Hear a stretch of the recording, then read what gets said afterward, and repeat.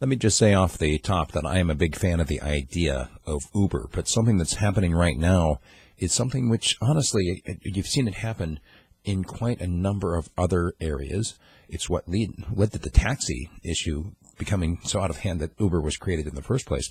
Now Uber's doing, and that is they are creating a barrier to entry for other people. They're trying to raise their prices by restricting the supply of drivers.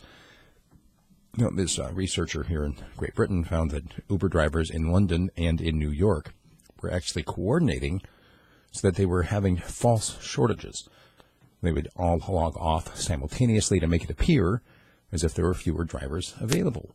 And so what that would do is that would boost the numbers because of the algorithm that Uber uses, because they charge more during, because supply and demand during peak hours or surge, they charge more for the rates. And so they've been artificially kind of monkeying with the algorithm. And this is the kind of thing that you see happening when you have taxi drivers coordinating with cities to make it so that you have to have a special permit to be able to drive a taxi. It's what happens when governments issue special contracts to utilities.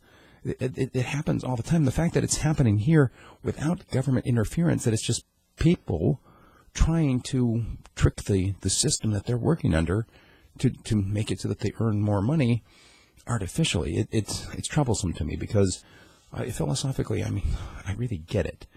How people want to make as much money as they possibly can with doing the least amount of work. It's human nature, right?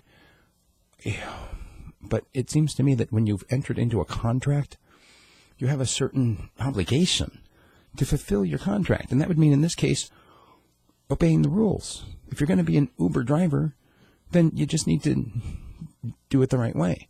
And by coordinating with other drivers to try to create false shortages to jack your prices up, I don't know. That just doesn't seem honest, and it doesn't seem right to me.